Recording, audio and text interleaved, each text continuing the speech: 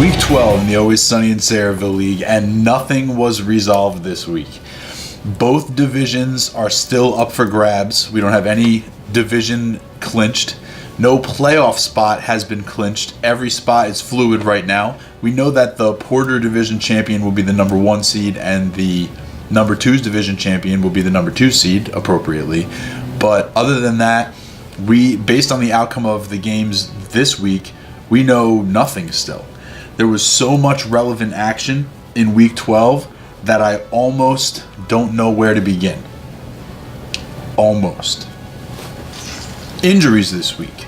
Melvin Gordon, sprained MCL. Going to be out for a couple of weeks. Normally this would be one of those crushing fantasy football injuries that at this time of year would just have somebody banging their head against the wall. However, not so much of an issue in this league. Andy Dalton hurt his thumb and he went on IR. He's done for the year. Andy Dalton himself, not really a fantasy factor. However, AJ Green and Tyler Boyd might have some interest in who will be throwing passes for the Cincinnati Bengals. Both of those are playoff relevant players, as is Kenyon Drake, who injured his shoulder. He was able to come back in the game, spotted after the game with the big ice pack on his shoulder. Just something to monitor. Something else to monitor, Xavier Rhodes, defensive player. You don't get a lot of these in the injury update, but if Rhodes is unable to play, I think that does impact Minnesota's defense enough to mention. And Jacksonville's offensive line sustained a pretty big injury. Also notable to mention for the Jaguars' running game, which also sustained a little bit of a loss this week when Leonard Fournette threw a punch and got ejected from the game. He was having a really good game, almost up to 100 yards, almost got that bonus, but instead threw a punch, and not only did he get ejected from the Week 12 game, he has been suspended for Week 13. Not necessarily a fantasy playoff relevant player per se, but certainly a notable thing that happened. So there you go. While there was a lot of movement and positioning to be done in Week 12, nothing was decided, and no team helped their playoff chances with a win more than the Golden Showers this week. Coming into the week at 5-6 and trailing the wildcard leaders, the Golden Showers had one clear goal: win to stay alive. And it would help if a few teams in front of them lost, which we'll get into in a minute, but the Golden Showers could only do what he could do. This was a hotly contested battle throughout the weekend with the Beer Muscles, and it came down to Monday Night Football to determine whether Danny would have playoff hopes on Tuesday morning. The Golden Showers held a slim 8.66 point lead with Lamar Miller left to face off against Demaryius Thomas. On the Texans' first drive of the game, Lamar Miller sliced through a very loose Titans defense, but DT got the TD. Only when Lamar Miller broke through the line on his way to a 97-yard touchdown run did the tide permanently turn in Danny's favor. The win evened his record at 6-6 and put him firmly in the playoff conversation with one game to go. The Golden Showers now controls their own playoff destiny, and for that, the Golden Showers are this week's hero. Honorable mention this week for this week's hero is Toddler Fight Club and Sweep the Leg, who each scored over 170 points to win their key matchups and keep their division title hopes alive. One team who seems to have been stumbling a bit down the stretch is Team Blumpkin.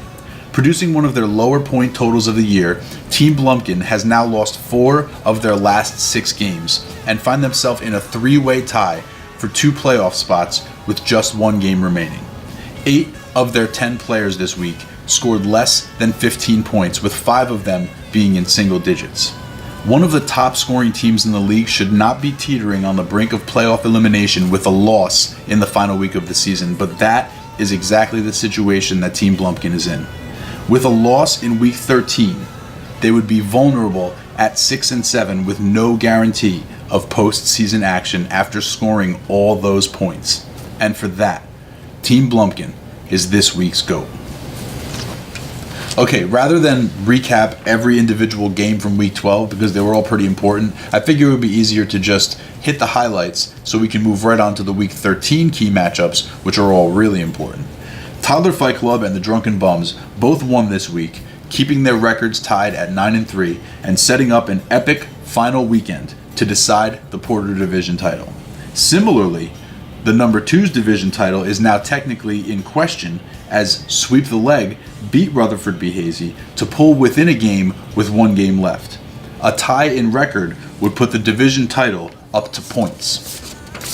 As noted earlier, losses by the Gotham Rogues and Team Blumpkin and a win by the Golden Showers has loaded the back of the playoff race at 6-6. And the Schwartz, the Moth, Beer Muscles, and Bootleg Crableg are eliminated from playoff contention, but can still spoil in Week 13. Alright guys, without further ado, key matchups. In Week 13, every single matchup matters. But we have 2 classes of matchup. We have the Heavy Hitters division and we have the TCBs division. You'll see what I mean. In the TCBs division, as noted earlier, the 6-6, the Golden Showers, have put themselves in a position to win and get into the playoffs versus a 3-9 Schwartz team. The 9-3 Toddler Fight Club get one more chance to lock up the Porter division with a win versus the 5-7 Bootleg Crableg. He would also clinch the division with a Drunken Bums loss. Team Blumpkin, 6-6, talked all about them. They need to win to lock up their playoff spot versus a 4-8 Moth team, but could still get in on points if they lose, but nobody wants to be in that kind of a precarious position. And 7-5 Sweep the Leg needs to win versus the 4-8 Beer Muscles to have a shot at the number 2's division title, but also would need help. But even with a loss, Sweep the Leg is still dancing. And now in the Heavy Hitters division, the 8-4 Rutherford B. Hazy taking on 5-7 Rusty Strombone. 5-7. Why are we talking about a 5-7 team? We've been talking all episode long about 6-6 teams and better. What is the big deal about a 5-7 team? Well, based on points, a couple things are interesting. First of all, Rutherford B. Hazy will clinch the number 2's division with a win in this game, flat out. Or if Sweep the Leg loses, they also clinch the number 2's division. Rusty Strombone, if they win this game and all the other 6-6 teams that we talked about lose, which is possible because they're not playing each other at all, then Rusty Strombone would be the one who would leapfrog and end up in the playoffs. He's that team based on points who's waiting for one of those or 2 of those, or actually technically all 3 of them, to slip up. And if everybody ends up at 6-7, Rusty Strombone is coming to the party. So that's a game to keep your eye on. But if Rusty Strombone does win also and Sweep the Leg wins, then Sweep the Leg could potentially leapfrog Rutherford B. Hazy for the division championship, which Rutherford B. Hazy's been in first place all season long, literally all season long. To be leapfrogged on the last day, that would be pretty notable. So that is a game that the number 2's division is going to be watching very closely. Now the people in the Porter division will be watching the 9-3 Drunken Bums take on the 6-6 Gotham Rogues. Okay, the Bums could clinch the number 1 seed in the playoffs with a win and a Toddler Fight Club loss. Okay, Toddler Fight Club has a pretty significant points lead, so if they end up tied, Toddler Fight Club wins that one. The Gotham Rogues are the lowest team in points to have a playoff-worthy record, so they need a win or they become the lowest scoring 6-7 team and therefore the most vulnerable. So the Gotham Rogues, if they want to go to the playoffs, must win this game, or they are by far the most vulnerable team and they would easily get leapfrogged by the Rusty Strombone. So every single game in Week 13 is important because literally nothing has been decided yet. Both divisions up for grabs. All the playoff seeds up for grabs. Many teams still in play here. So Week 13 is going to be pretty amazing. But as far as the Week 12 update, that's it. Over.